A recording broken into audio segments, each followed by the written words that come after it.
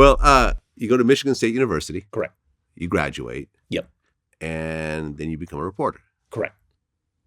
I guess you started at WILX in Lansing, Michigan. You went to Tampa. You went to Detroit. And then in 1993, you joined NBC. Was that the big time for you? It was very exciting. Yeah, it was huge. I mean, the first job was at a news magazine called Now, which was anchored by Tom Brokaw and Katie Couric, and I was one of the correspondents. And about a year into it, it merged with Dateline.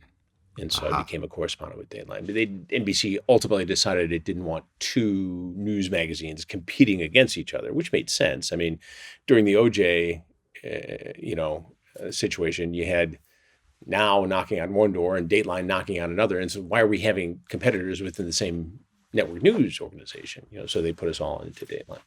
What was it like working with Tom Brokaw and Katie Couric? Because those are two legends. Loved them.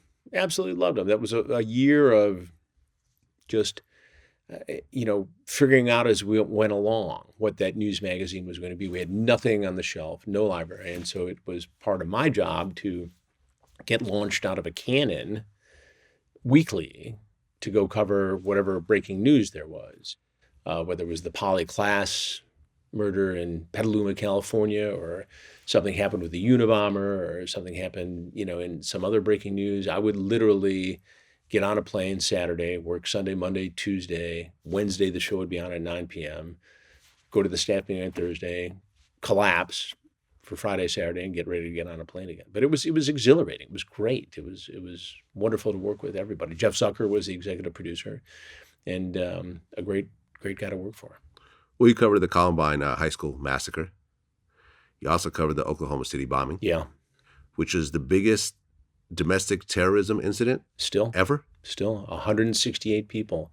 My second son is now a television reporter in Oklahoma City, and his apartment looks down on that memorial. It's to have been there in 1995 and covered it, and to go back today to visit him. It brings back every emotion, every memory of covering what I thought then would be the worst disaster, the worst terrorist attack I would ever see in my lifetime. Well, you actually exposed that there was a group that was linked to Osama bin Laden was trying to buy nuclear weapons. Mm-hmm. So you actually uncovered that. We did, along with one of my producers. We had access to a federal investigation and to an informant who worked in that investigation, a guy named Randy Glass, no longer with us, who went undercover and was posing as somebody who could sell Stinger missiles. And some of the people caught up in that were tied into and worked for Pakistani intelligence, which we knew at that time had ties to Al-Qaeda and other terrorist groups. And, we broke the story of how they were going to buy Stinger missiles. And there was a meeting in New York in which one of the buyers with ties to terrorism said, "See those buildings pointing over to the World Trade Center?" And this was before 9/11. Huh. If I get the right weapons, those are coming down. It was chilling looking back. And those guys all got arrested? Some got arrested. Some are still on the lam in the Middle East.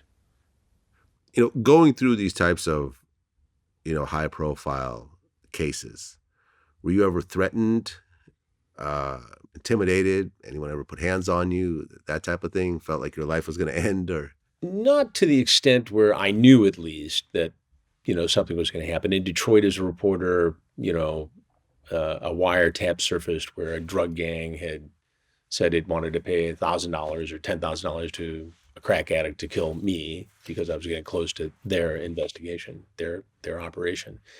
In the Predator investigations, we've had a couple moments that, looking back, were pretty tense, but nothing that I'm aware of where, I was in a safe house for, 2 months in the witness protection program or anything like that. I think if somebody's, there's threats all the time, but if somebody's really going to do something, they're not going to call you ahead of time or text you and say, "We're coming to get you." That's intimidation. Yeah.